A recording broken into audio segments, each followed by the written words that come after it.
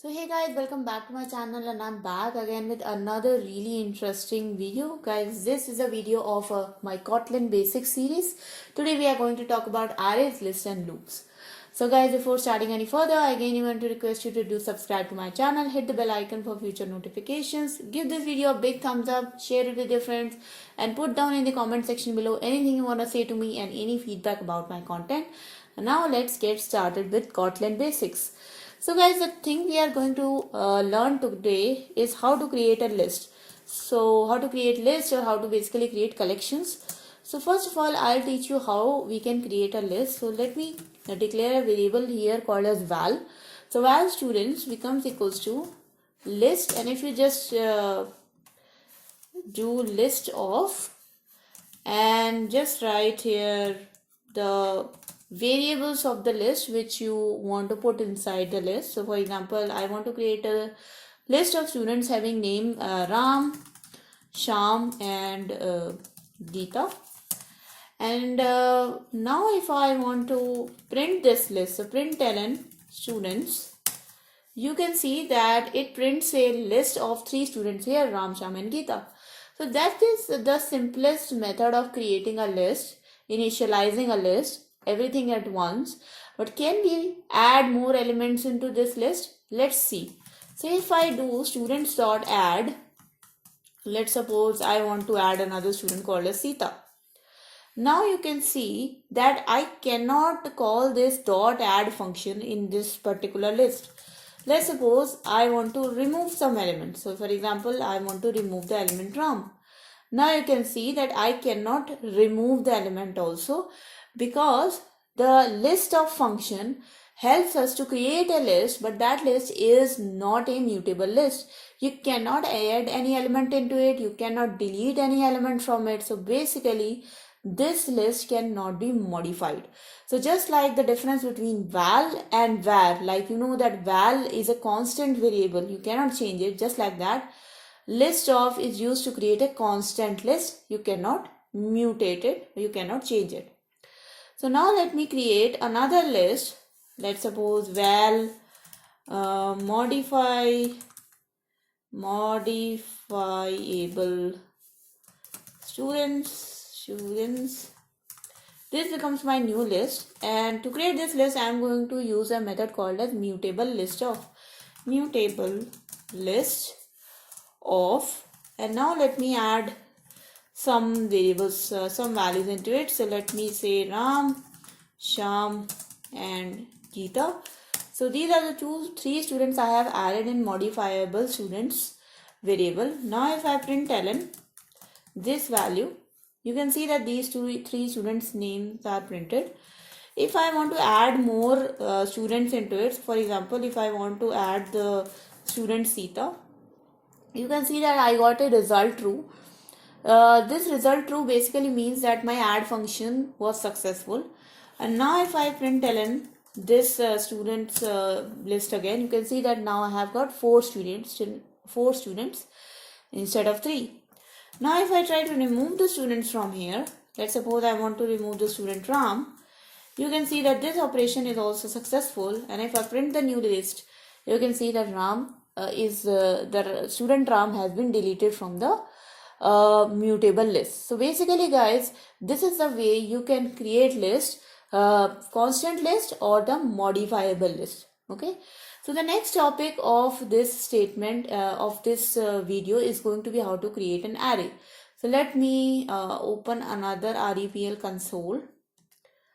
So yeah, now we are going to start executing or start creating some arrays. So just like the list of function guys, arrays are also not modifiable. So if I create an array of, let's suppose again I'll simply create some students like Ram, Sham, Geeta, Sita. So these are some students and this is an array. Now if you println students, you can see that it doesn't print the students. It actually prints the object. So it is here printing the address of the object. So this 3894D1B1 is actually the address of the index element or the 0th element of that array, and it is printing the data type of that array. So if all the elements in my array of one single data type, so the array is going to be of one single data type, and in this case it's string. But if I want to print the values of the array, I have to use the arrays function. So I have to do java.util.arrays.toString students. Now if I print this, you can see that all the values are printed in a string manner. Okay. So this is a way you can declare any array. Definitely you can declare an array with multiple types. So for example, mixed array. So let me create an array with different data types. So for example, one element of a string, one is integer, one is decimal. And now if I print ln mixed array, you can see that the data type of this array is object and not string, because all the elements of this array are of different data types. Now the next thing we want to see is how we can create a data type or a particular type of array. Let's suppose if I want to create an integer array. So let me create a variable called as marks. So these are, let's suppose, the marks of the students. So all the marks are of integer array type. So I'll create integer array of, let's suppose, 10, 20, 30, 40. And now you can see if I do print ln marks, the data type of this array is not printed, because we already know by the declaration itself that it is an integer array. That's why the data type is not printed. There is no auto boxing required by the println function. So in this case, guys, what was happening, that println function didn't know what data type of that array was. It was checked and then the data type was also printed. In this case, auto boxing is not needed. That's why we already know it is of integer type, and that's why only the directly the data type is printed. And also you can see that I is printed here. So I basically denotes that it is an integer array. Okay. Another thing, you can use something called as integer array of, or let's suppose you can use something as, I don't know if there is a string array of, I don't think so. Byte array of, yeah, so you can create a byte array of, so 0, 1, 2, 3.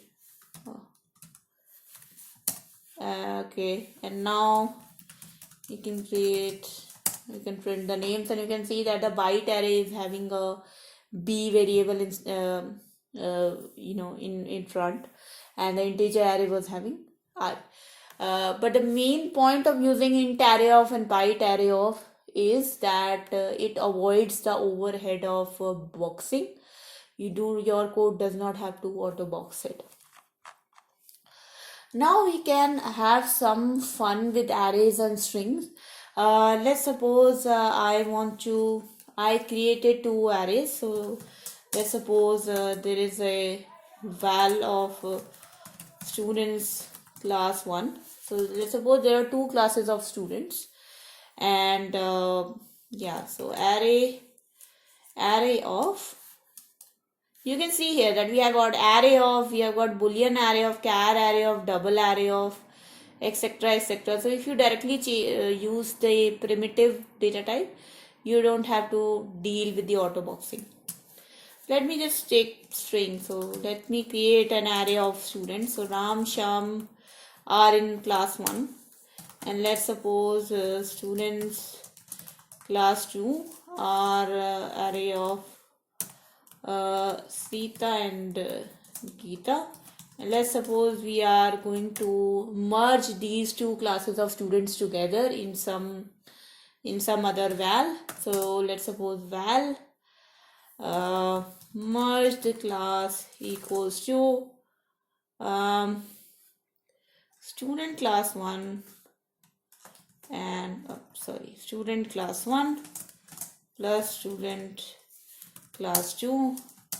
And now guys, if I want to print, if I print the println, let's suppose I print the third element. Okay, so if I do 3, you can see that Geeta is printed because index 3 is actually the fourth element. If I want to print the third element, I have to give the index 2.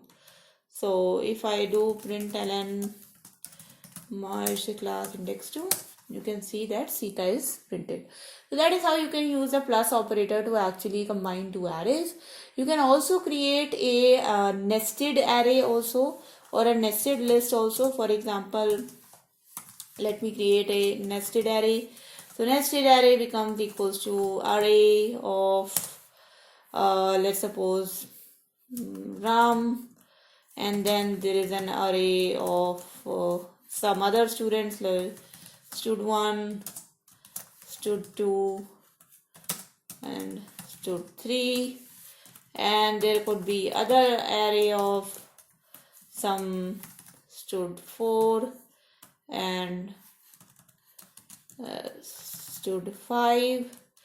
The array can also have lists, so it can also have list of let's suppose Sita and Geeta. These students are inside a list, and you can see that I can println. If I do nested array, you can clearly see that it is an object array having strings, arrays and list as a nested array list. Okay, and this is how you can create a nested array. Similarly guys, if I just copy this variable and I create a nested list, that also you can do. So nested list, I can also, instead of array of, if I use list of, then this will become a nested list. Now if I println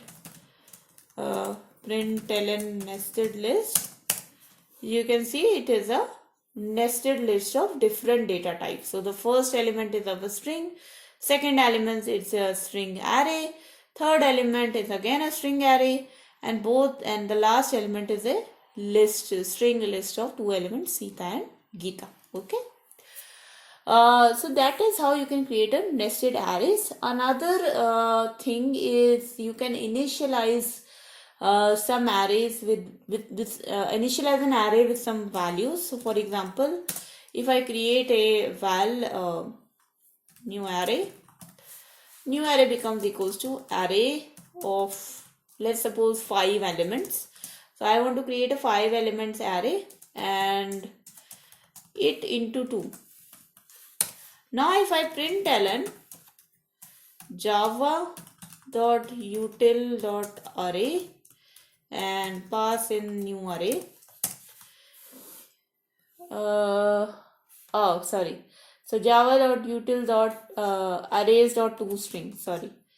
Arrays.toString array. Okay. So now you can see that what does it mean? It basically means that you have to create an array with 5 elements. The IT thing means index, and each element has to be its index multiplied by 2. So the index 0 multiplied by 2 is going to be 0, index 1 multiplied by 2 is going to be 2, and so on and so forth. You can see that every element is the index multiplied by its it's an index doubled in its value. Okay, so this is index 3, that's why it's double to 6. This is index 4, so it is double to 8. Similarly, you can also do something called as new array 2, and if you do not do this initialization, you can, if you want to initialize everything to 0, you can simply do this. And now if you print that value, then every array value will be 0. Okay, so you can give any initialization logic or you can give the initialization value. So that's about arrays, guys, and that's about list. I hope this was clear to you. Another thing I want to discuss in this video is going to be about loops. So let me open another REPL shell, and now let's talking about loops. So the loop in which we are going to study in Kotlin, for first thing is for each loop. So for example, val students equals to array of, let's suppose, some students. So Ram, Sham, Sita and Geeta. So these are the 4 students. I want to iterate over it using a for each loop. So for and students in students, and then this is just like Java loop, guys. So print student, okay, or println student. So this is just like Java loop, guys. Okay, you can see that every student name is printed just right next to each other. So I will just do a plus plus empty string into it, and now you can see that all these students are printed right next to each other. Okay.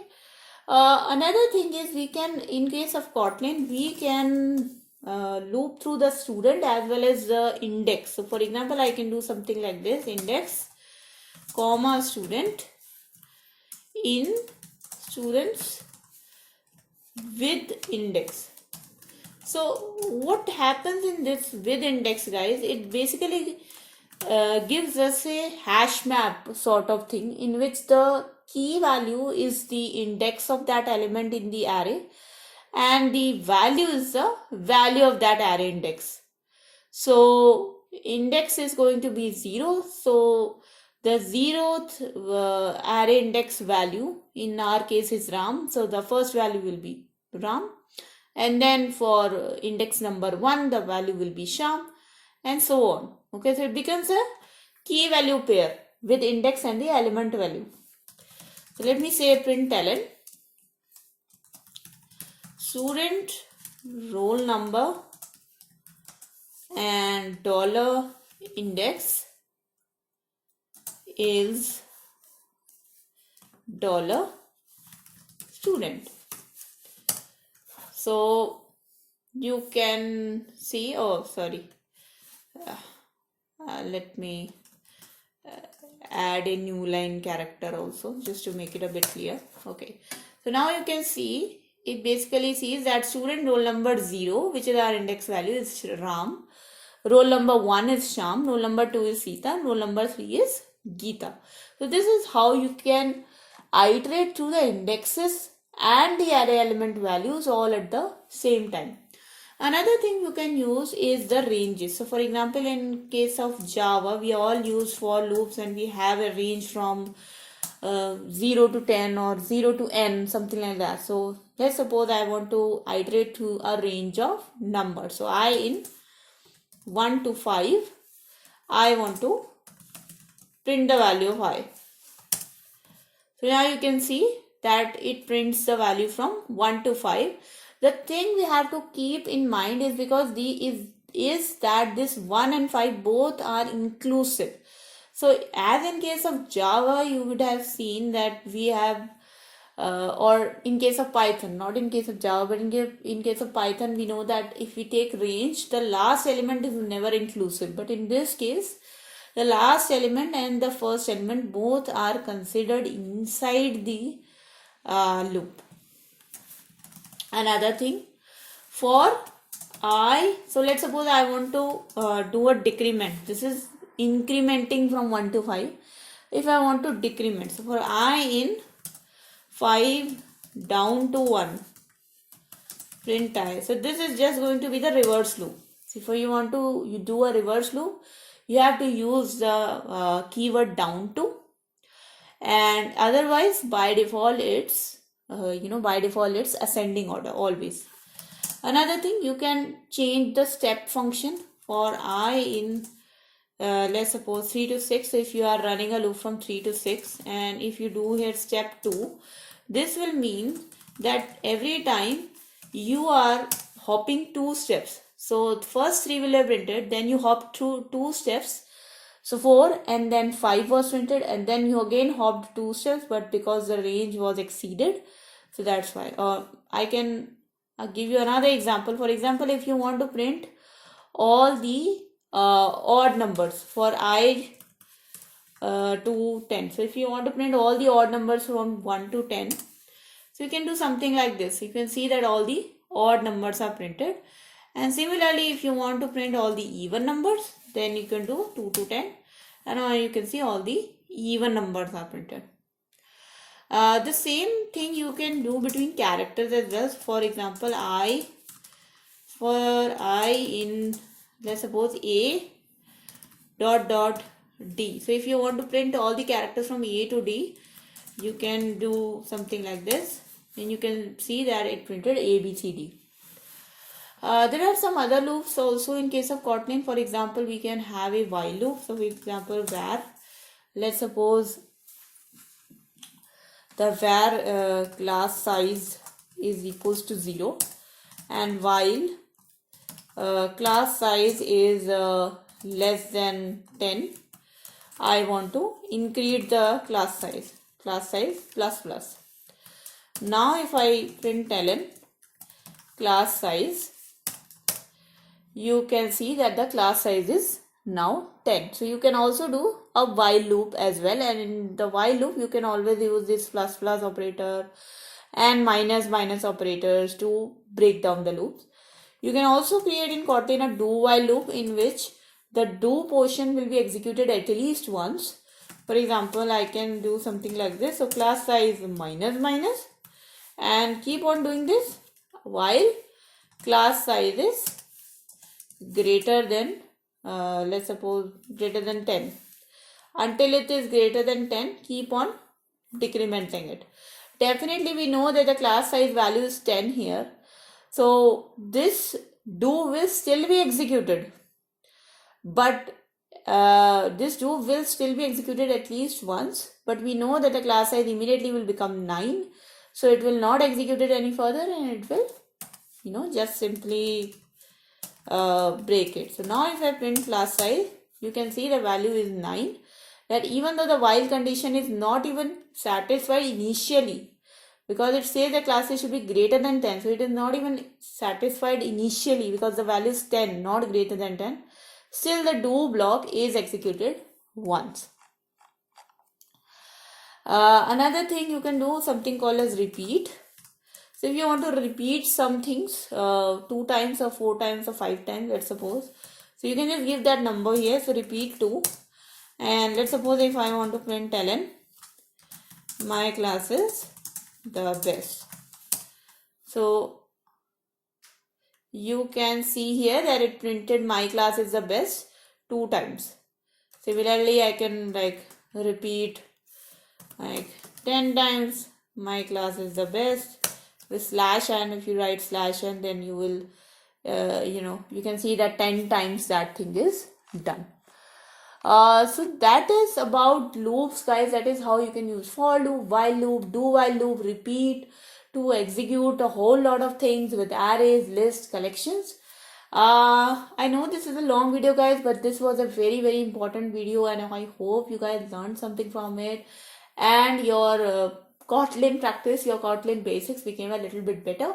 If it has, guys, then please do not forget to subscribe to my channel and hit the bell icon for future notifications of my videos. As for your information, I make your videos every day from Monday to Friday. And please put down in the comment section below anything you want to say to me. Any feedback is welcome. And give this video a big thumbs up with your friend.